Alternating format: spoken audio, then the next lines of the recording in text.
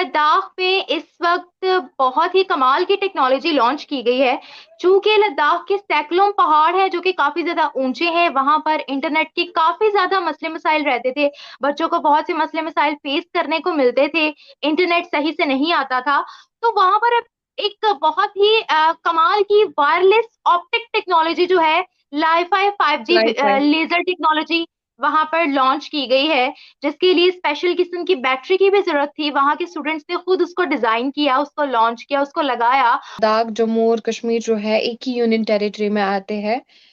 तो अगर union territory की बात करें और ऑल ओवर इंडिया की बात करें तो हम एक हुँ, इंडिया के देशवासी हैं, तो हम एक ही कंट्री में रहते हैं, तो आई डोंट थिंक सो कि हम अलग हैं। हम सब अगर अलग अलग स्टेट्स में रहते हैं लेकिन हम एकजुट हैं। सेकंड थिंग, आपने टेक्नोलॉजी की बात की, तो जैसा अगर हम इंडिया के बारे में बात करें तो इंडिया बहुत ही तेजी से ग्रो कर रहा है, चाहे इंडिया इकोनॉमी के हवाले से, टेक्नोलॉजी के हवाले से या किसी भी चीज के हवाले से। जैसे जैसे भारत जो है वो लद्दाख के अंदर और जम्मू कश्मीर के अंदर बड़े बड़े इन्वेस्टमेंट्स कर रहे हैं, चाहे वो रोड रोड हो, रेलवे हो, क्रिकेट मैच कराने हो, वर्ल्ड कप कराने की बात हो, अभी जो ये 5G लाईफाई चालू हो रहा है, ये सब चीजें पहली बात तो दुनिया को नजर आ रहा है कि कश्मीर जो है, कम से कम दुनिया को इतनी ये चीज नजर आ रही है, दुनिया भर के टूरिस्ट को, कि कश्मीर आज बदल रहा है। जम्मू कश्मीर और लद्दाख पूरे की बात करें तो बदल रहा है और टूरिस्ट के लिए अच्छी लोकेशन बन रहा है, वहां पर जाना कहीं ना कहीं सेफ है, ऐसा दुनिया में मैसेज जा रहा है। दूसरी बात, जो पाकिस्तान का क्लेम था, पाकिस्तान ने जो पूरा पूरा आतंक मचा रखा था कश्मीर के अंदर, वो क्लेम खत्म होता नजर आता साफ तौर पर। दूसरी बात, चाइना ने जो लद्दाख के अंदर बार बार इधर घुसता उधर घुसता, धीरे धीरे करते करते इतनी जमीन भी उसने कब्जिया ली पिछले 75 सालों में, वो सब चीजों पे उसको मुंह तोड़ जवाब देने के लिए कि देखो साफ साफ ये किसकी जमीन है किसकी नहीं। भारत ने इसके पहले कभी भी खुद भी छोड़ रखा था। देखो जो विवादित प्लॉट होते हैं ना, जो खाली प्लॉट छोड़ दो वहीं पर कब्जे होते हैं, तो भारत ने खुद भी खाली छोड़ रखा था। अब जो भारत वहां पे गतिविधियां बढ़ा रहा है, तो आगे कम से कम 1 इंच भी जमीन नहीं जाएगी, ऐसा तो होता हुआ नजर आ रहा है। तो ज़ाहिर-सी बात है, जब इंडिया ने ये टेक्नोलॉजी, लाइ-फाई की टेक्नोलॉजी जो है लद्दाख में होस्ट की, तो इस बारे में क्या ही कहना चाहेंगे? चूँकि लद्दाख, अगर आपको पता हो, तो लद्दाख एक हाई ऑल्टीट्यूड एरिया है जहाँ पे जो है एक पहाड़ी इलाका है।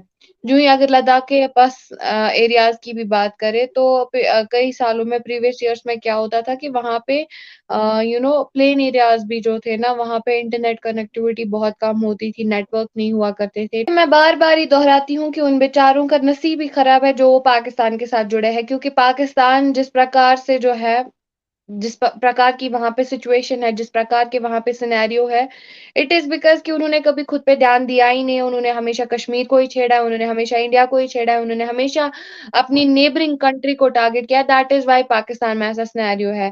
पाकिस्तान की अगर किसी भी जगह की बात करें तो वहाँ पे 4G क्या, वहाँ पे ठीक से इंटरनेट चल ही नहीं रहा है। जैसा कि अगर देखा जाए, हर चीज़ में वो पीछे है, इकोनॉमी में, डेवलपमेंट में, टेक्नोलॉजी में, हर चीज़ में वो पीछे है। आप ही से मुझे जानने को मिला। काफ़ी दिक्कत है वहाँ पे लोगों को। इट इज़ बिकॉज़ कि उनकी जो गवर्नमेंट है, मैं यही बोलना चाहूँगी, उनके जितने भी पॉलिटिशियंस हैं, उनकी जितनी भी गवर्नमेंट है, उन्होंने बस अवाम का पैसा हड़पाया, उन्होंने बस पाकिस्तानी अवाम के साथ धोखा किया, उन्होंने बस पाकिस्तान ऑक्युपाइड कश्मीर के लोगों के साथ धोखा किया। टेक्नोलॉजी लाई गई है जो कि अहमदाबाद, गुजरात की कंपनी ने वहाँ पे जो है, वो एक टेक्नोलॉजी थी। उसके बाद जो है वहाँ पे एक स्मॉल स्कूल जो है, वहाँ के बच्चों को काफ़ी ज़्यादा प्रॉब्लम होती थी। चूँकि प्रैक्टिकल्स करने होते थे, चूँकि बहुत सारी ऐसी चीज़ें करनी होती थी, इलेक्ट्रिसिटी नहीं हुआ करती थी, तो उनको बहुत सारी प्रॉब्लम्स होती थी स्कूल के दौरान। तो उन्होंने वहाँ पे एक स्पेशल टाइप की जो सोलर लाइट्स है, जैसे कि हाई ऑल्टीट्यूड एरियाज़ पे जो दिक्कत रहती है हुँ। इलेक्ट्रिसिटी की भी, तो उन्होंने वहाँ पे किस प्रकार से, आप देखिए इंडिया में एजुकेशन कैसी है, मैं हैरान कुन बात ये है कि वहाँ के स्टूडेंट्स ने वो बैटरियाँ खुद जो है एस्टैब्लिश की है, वो खुद वहाँ पे जो है किस प्रकार से उन्होंने वो टेक्नोलॉजी वहाँ पे लाई है। और रिलिजन्स के लोग रहते हैं, यहाँ पे सिख भी रहता है, ईसाई भी रहता है, मुस्लिम भी रहता है, क्रिश्चियन भी रहता है, लेकिन यहाँ पे लॉज़ हर किसी के लिए एक है। यहाँ पे कॉन्स्टिट्यूशन हर किसी के लिए एक ही फ्रेम किया गया है। तो सेम पाकिस्तान में ऐसा क्यों नहीं है? बिकॉज़ वहाँ पे पहला ही टारगेट आप लोगों का रिलिजन होता है कि नहीं यार, ये तो मुस्लिम कंट्री है, मेजॉरिटी मुस्लिम्स की है बस, बाकी चाहे बाढ़ में। दैट इज़ व्हाई वहाँ पे बेचारे लोगों के साथ ज़ुल्म हो रहा है। वहाँ पे तो खैर मुसलमानों के साथ भी ज़ुल्म हो रहा है। पॉलिटिशियंस मिलेंगे, जब आपकी कंट्री को ऐसे ब्यूरोक्रेट्स मिलेंगे तो वो आपकी कंट्री क्या ही तरक्की करेगी। वहाँ पे तो 5G का भी कॉन्सेप्ट, 4G का छोड़ो, आपने खुद ही बोला कि 4G भी वहाँ पे था ही नहीं, तो 5G का कॉन्सेप्ट ही नहीं है। इट इज़ बिकॉज़ क्या आपकी सारी गवर्नमेंट गलत है, आपके पॉलिटिशियंस गलत है, आपके ब्यूरोक्रेट्स गलत है। It is because of them only कि पाकिस्तान इतना पीछे है। ये भी एक रीज़न है कि एक तो लूट-खसूट वहाँ पे आम है, वहाँ पे कोई बात करने वाला ही नहीं है। वहाँ जैसे कि मैंने आपको पिछले डिबेट्स में भी बोला है कि इंडिया न सिर्फ बोलता है बल्कि करके भी दिखाता है। आपने देखा होगा कि जब ऐसी-ऐसी डेवलपमेंट्स आती है तो ज़ाहिर-सी बात है हमारा एजुकेशन सेक्टर जो है ग्रो करता है, हमारे बच्चे ग्रो करते हैं। बहुत सारी ऐसी चीज़ें होती है हमारी कंट्री में जो आने वाले समय में हमें ही फ़ायदा देती है और उन्हीं सोसाइटी से जैसे कि रिमोट एरियाज़ पे भी फ़ोकस रहता है, सेंट्रल कश्मीर पे भी फ़ोकस रहता है, सेंट्रल एरियाज़ पे भी फ़ोकस रहता है, सॉरी। तो ज़ाहिर-सी बात है धीरे-धीरे जो है हर एक ऐसा नहीं है कि रिमोट एरिया है तो वहाँ पे फैसिलिटीज़ नहीं हो कि टावर्स जो है नो डाउट टावर्स होते थे लेकिन आपने ये भी सुना होगा कि इंडिया में कश्मीर एक पहली स्टेट थी जहाँ पे 5G इंटरनेट जो है लॉन्च किया गया था। आपने न्यूज़ भी सुनी होगी शायद आपने देखा भी होगा पिछले इंटरव्यूज़ में। तो यहाँ पे भी इंटरनेट बहुत ही स्मूथली चल रहा है जैसे कि आपने ही आपको इन्फॉर्मेशन है कि लाइफ़ है टेक्नोलॉजी जब पहाड़ पे इंट्रोड्यूस हो सकती है, जब इस प्रकार की टेक्नोलॉजी हमारे उन चीज़ों पे जो है, उन जगहों पे ऐसी टेक्नोलॉजी लाई जा सकती है जहाँ पे जो है नेटवर्क कनेक्टिविटी का कोई नामो-निशान नहीं था पिछले ज़माने में, यानी कि हुँ, डेवलपमेंट हो रही है। तो सेम अगर कश्मीर की बात करें तो कश्मीर एक पहली स्टेट थी इंडिया की जहाँ पे पहली बार जो है 5G इंटरनेट लॉन्च किया गया। मेरी मर्ज़ी होती है मैं हिजाब नहीं करती हूँ, no one is going to you know थोप वो मुझ पे लॉ नहीं थोप सकता है कि यार तुम ऐसा करो, तुम वैसा करो, तुम ये करो, तुम वो करो बिकॉज़ मैं अपने हिसाब से जीती हूँ और हर एक इंसान को राइट है कि वो अपने हिसाब से जिए। तो अगर एक मुस्लिम चाहेगा कि वो हिजाब करेगा तो ये कौन-सा लॉ है कि आप हर किसी को बोलो कि नहीं यार, इस्लाम में ऐसा कहाँ है? ऐसा तो किसी रिलिजन में है ही नहीं, ऐसा तो सिखिज़्म में नहीं है, ऐसा तो क्रिश्चियनिटी में नहीं है, ऐसा तो इस्लाम में नहीं है। वैसे डेमोक्रेसी तो नाम की ही है वहाँ पे कौन-सी डेमोक्रेसी है?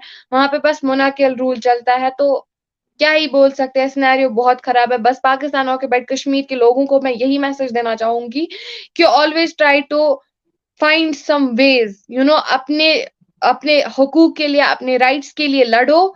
बस आप लोग ये मत सोचो कि आज नहीं, आपके रास्ते में बहुत सारे हर्डल्स आएँगी, बहुत सारी परेशानियाँ आएँगी, लेकिन अपने हकूक, अपने राइट्स के लिए भरपूर लड़ो और डेमोक्रेसी वाक़ई में आप देख लो क्या आपकी कंट्री में, क्या पाकिस्तान आपको डेमोक्रेसी दे रहा है कंट्री में?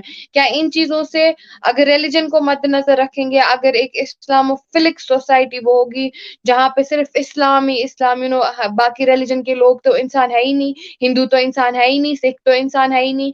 अगर ऐसी सोसाइटी में, अगर ऐसी कंज़र्वेटिव सोसाइटी में हम रहेंगे, तो क्या ही वो कंट्री क्या ही तरक्की करेगी। तो अगर आप किसी इंसान पे ऐसे लॉज़ थोप रहे हो, तो उनकी आज़ादी कहाँ गई? उनके जीने का फ्रीडम कहाँ गया? उनका you know right to speech वहाँ पे जो है लोगों की आवाज़ को दबाया जा रहा है। भारत जिस तरीके से जम्मू कश्मीर के अंदर और लद्दाख के अंदर एक के बाद एक डेवलपमेंट्स करता चला जा रहा है, पूरा विश्व आज हैरान हो गया। आज पूरा विश्व जो है उसको समझ में नहीं आ रहा है कि आखिर ये इलाका जो दुनिया के सबसे ज्यादा विवादित और दुनिया के सबसे ज्यादा तनाव वाले इलाकों में आता था, ये पूरा जम्मू कश्मीर उस समय जो पूरा पूरा जम्मू कश्मीर था, आज जम्मू कश्मीर और लद्दाख दो अलग अलग यूनियन टेरिटरीज हैं।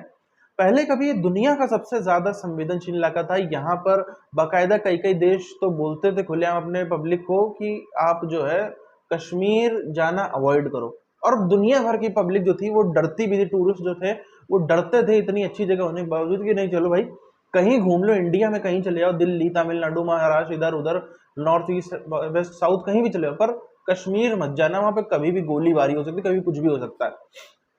स्थितियां कम से कम आज कंट्रोल की जा रही। मैं ये तो नहीं कहूंगा कि वहां से आतंकवाद का और एक जो जिहादी कट्टरपंथ है उसका सफाया हो गया, लेकिन काम चल रहा है। लद्दाख में भी और जम्मू कश्मीर के अंदर दोनों ही जगहों पर, विशेष तौर पर कश्मीर घाटी के अंदर बहुत तेजी से काम चल रहा है। इस पे कब तक सफलता मिलेगी, अब इसका जवाब तो सरकार को बेहतर तरीके से देना चाहिए कि आखिर सरकार क्योंकि ज्यादा कर सकती है, क्योंकि सरकार और बेहतर चीजें कर सकती है, लेकिन थोड़ा सा वो लाड लाड प्यार और पुचकारने वाली स्थिति ज्यादा दिखा रही है, ना कि कठोर होकर के एक बार फैसला। हालांकि उस मामले को छोड़ देते हैं सरकार पे, वो तो वोटर्स डिसाइड करेंगे कि इसको कैसे क्या वोट देने या नहीं।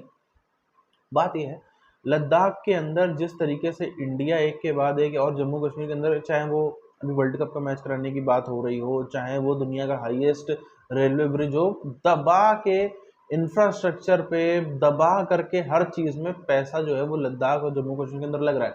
इतना तो समझ में आ रहा है कि अगले 5-10 सालों में नंबर 1 टूरिस्ट लोकेशन इंडिया की बिल्कुल बनने वाला है जम्मू कश्मीर और लद्दाख।